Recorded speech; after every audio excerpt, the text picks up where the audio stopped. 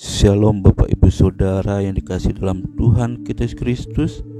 Renungan kita pada kesempatan kali ini terambil dari Kidung Agung pasal yang ke-8 ayat yang ke-5 sampai dengan ke-7.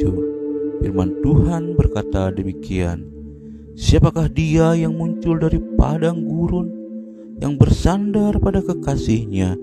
Di bawah pohon apel kubangunkan engkau. Di sanalah ibumu telah mengandung engkau. Di sanalah ia mengandung dan melahirkan engkau. Taruhlah aku seperti materai pada hatimu, seperti materai pada lenganmu, karena cinta kuat seperti maut, kegairahan gigi seperti dunia orang mati.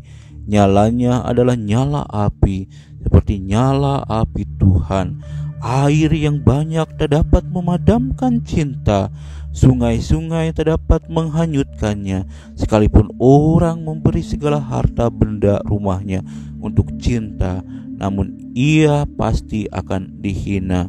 Bapak Ibu Saudara dikasih dalam Tuhan kita Yesus Kristus, tema renungan kita pada kesempatan kali ini adalah cinta kuat seperti maut. Lalu yang menjadi pertanyaannya adalah, apa itu cinta?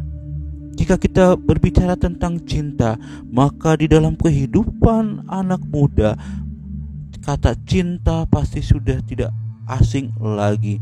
Persoalan tentang cinta bukan suatu masalah yang baru bagi anak-anak muda. Persoalan tentang cinta dapat dijumpai dalam semua lapisan masyarakat. Akan tetapi yang menjadi pertanyaannya adalah, apakah cinta hanya terbatas pada orang muda saja? Apakah semua orang memerlukan cinta? Jawabannya adalah, masalah cinta tidak hanya terbatas pada orang muda saja, karena cinta itu adalah anugerah yang diberikan Tuhan kepada semua orang. Di dalam kekristenan kita mengenal ada 4 bentuk cinta kasih. Yang pertama yaitu kasih filia. Kasih filia berkaitan dengan kasih persahabatan atau kasih persaudaraan. Baru yang kedua adalah kasih storge. Kasih storge yaitu kasih yang muncul karena adanya hubungan keluarga. Yang ketiga adalah kasih eros. Kasih eros merupakan kasih yang bersumber pada daya tarik seksual atau lawan jenis. Dan yang keempat atau yang terakhir adalah kasih agape, yaitu kasih yang tanpa batas, kasih yang tanpa syarat. Di dalam bahasa Inggrisnya memakai kata unconditional love, seperti cinta Tuhan kepada manusia. Hal itu bisa kita ketahui atau kita baca di dalam 1 Yohanes pasal yang keempat ayat yang ke-7 sampai yang ke-8 dikatakan, Saudara-saudaraku yang kekasih, marilah kita saling mengasihi, sebab kasih itu berasal dari Allah, dan setiap orang yang mengasihi lahir dari Allah dan mengenal Allah. Barang siapa tidak mengasihi, ia tidak mengenal Allah, sebab Allah adalah kasih. Di dalam bagian firman Tuhan ini merupakan pernyataan daripada kasih agape. Bapak Saudara dikasihi dalam Tuhan kita Yesus Kristus.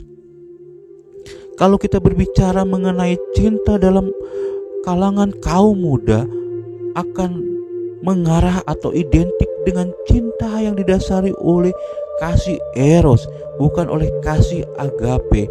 Artinya adalah cinta yang terjadi di kalangan anak muda lebih banyak berkisar pada ketertarikan fisik dan hawa nafsu.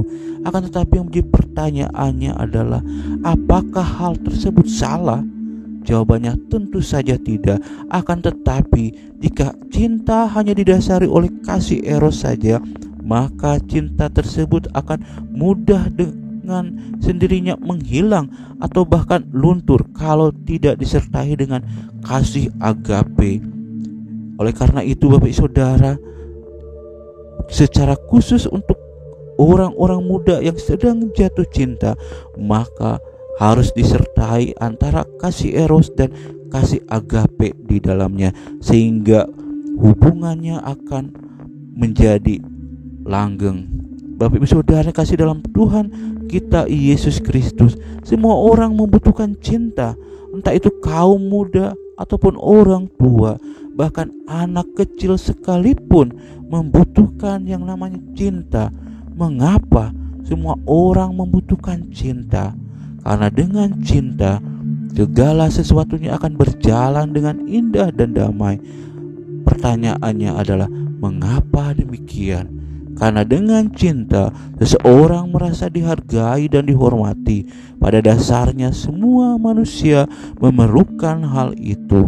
Persoalan mengenai cinta tidak terlepas di sepanjang sejarah kehidupan manusia. Cinta yang benar yang dimiliki oleh setiap pribadi kita orang Kristen harus dapat diwujudkan kepada pasangan yang sah dan juga kepada Allah, sebab sumber dari cinta itu adalah Allah sendiri. Lalu berbicara tentang cinta di dalam Alkitab, kita dapat menemukan bahwa ada satu kitab, yaitu kitab Kidung Agung, seperti yang kita baca pada saat ini. Di dalam kitab Kidung Agung banyak sekali ditulis mengenai tentang cinta, tetapi sangat disayangkan kitab Kidung Agung sangat jarang dikhotbahkan di dalam ibadah-ibadah minggu di gereja.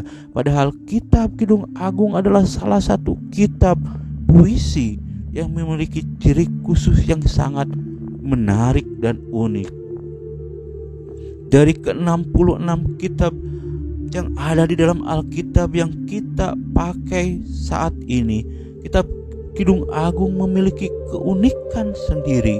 Keunikannya yaitu kitab Kidung Agung membahas mengenai cinta kuat seperti maut, seperti yang dikatakan di dalam ayat yang ke-6.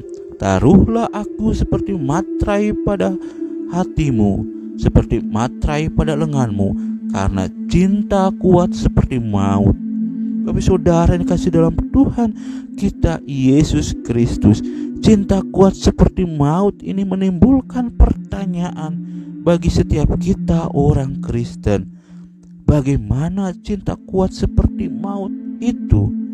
Memang cinta dapat membuat banyak orang menjadi begitu bahagia, tetapi tidak dipungkiri juga bahwa banyak orang yang hancur karena cinta. Banyak orang mengakhiri hidup karena cinta. Oleh karena itu Bapak Saudara, cinta kuat seperti maut adalah cinta yang sejati, yang tidak ada campur tangan orang ketiga, dan merupakan cinta dari awal hingga akhir sampai maut yang memisahkan, dan dilandasi oleh kasih agape di dalamnya. Itulah yang dimaksudkan oleh Salomo di dalam bagian firman Tuhan ini. Oleh karena itu Bapak Saudara, jangan diartikan bahwa cinta kuat seperti maut sebagai hubungan di antara orang muda yang sedang jatuh cinta saja. Sebab cinta kuat seperti maut memiliki makna yang sangat dalam, yaitu menggambarkan hubungan antara manusia dengan Allah, atau dengan kata lain, hubungan antara jemaat dengan Kristus. Artinya bahwa ada hubungan yang erat antara Kristus dan jemaat yang tidak dapat diputus jika sudah memiliki cinta yang kuat atau kasih yang sangat dalam.